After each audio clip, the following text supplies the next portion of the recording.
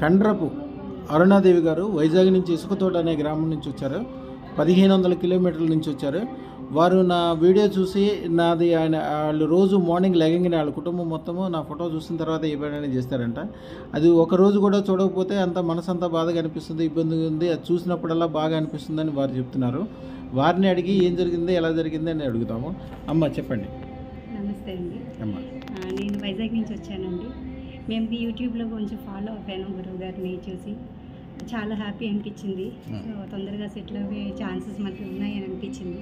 So అంత దూరం నుంచి కూడా గురువు గారిని వెతుక్కోవడానికి కూడా నాకు దారులు దొరికాయండి. నేను రాగలిగాను.